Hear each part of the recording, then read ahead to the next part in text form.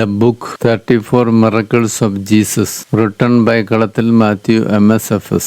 Miracle 3, the cure of the Gadarene Demoniac, Matthew 8:28-34. Confer also Mark 5:1-20, Luke 8:26-39. For the deeper understanding of this narration of expulsion of demon, a study of Mark 5:1-20 is indispensable. Matthew abbreviates the narrative drastically, but the main marked points are made. Jesus has the power to expel demons. He is the Son of God. The event takes place in the Gentile territory. Just as the stilling of the storm showed Jesus' power over Satan in nature, so this exorcism of demon too shows his power over demon in a case of possession. The story shifts its focus from the possessed man to the herd, to the people of the area, and back to the man. Mark says Gerasenes. This is the correct reading. People from Gerasa. Gerasa was 30 miles southeast of Galilee. Matthew says Gadara, which is 6 miles from sea. Verse 28, we read, when he came to the other side, to the country of the Gadarenes, 2 demoniacs coming out of the tombs met him. They were so fierce that no one could pass that way. Suddenly they shouted, what have you to do with us, son of David? Have you come here to torment us before the time? Matthew 8:28-29.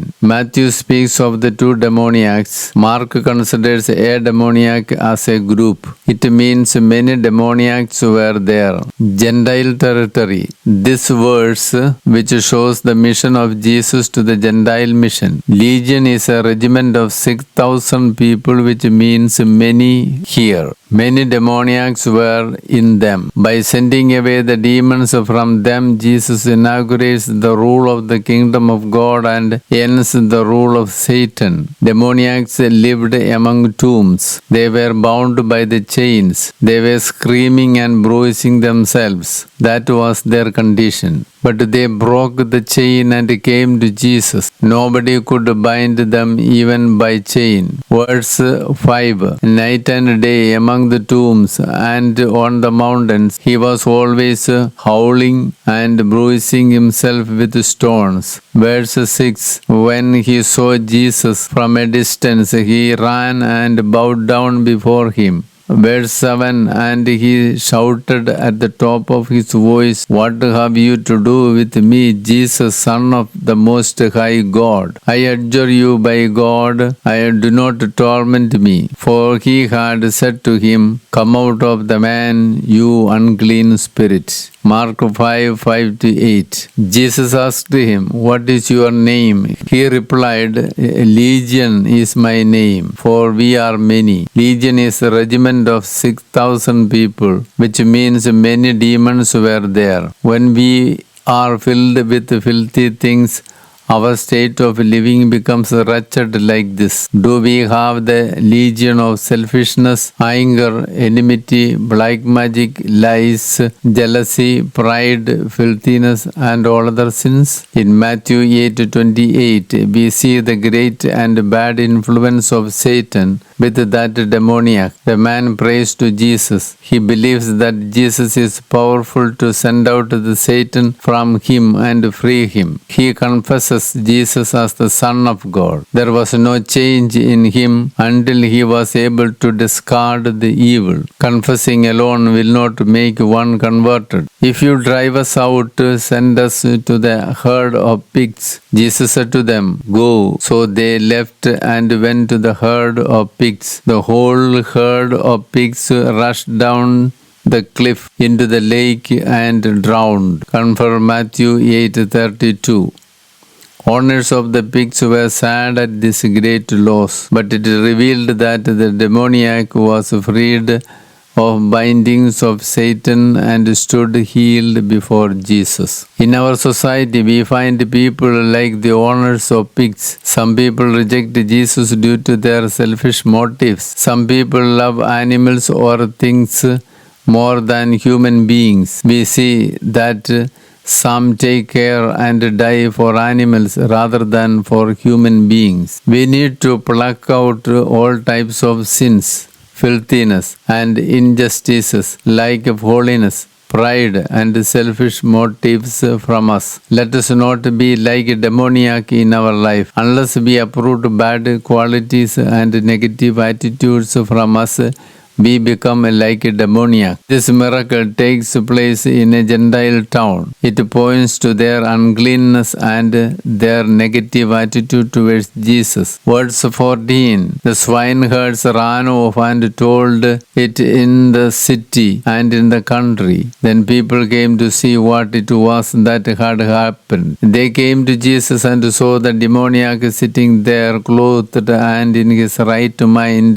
the very man who had the legion, and they were afraid. Those that had seen what had happened to the demoniac and to the swine reported it. Then they began to beg Jesus to leave their neighborhood. We need to discard or do away with all our sinful tendencies, attachments to sins, and to believe more deeply in Jesus and accept Jesus into our hearts and lives. Time is over now to discard what is Gentile in us. We should do good works and live as Jesus did. While working in this miracle, Jesus had only one intention of doing good works to the people. He wanted to free the man from demon and from the influences of demon. There are always possibilities of presence of demon and his attacks in this world. So we need to pay more attention and pray ardently for the kingdom of God to come into our life. The Gentiles do not fully reject Jesus. They only ask Jesus to go away from their town. He should not stand against their daily income. Verse 18. As he was getting into the boat, the man who had been possessed by demons begged him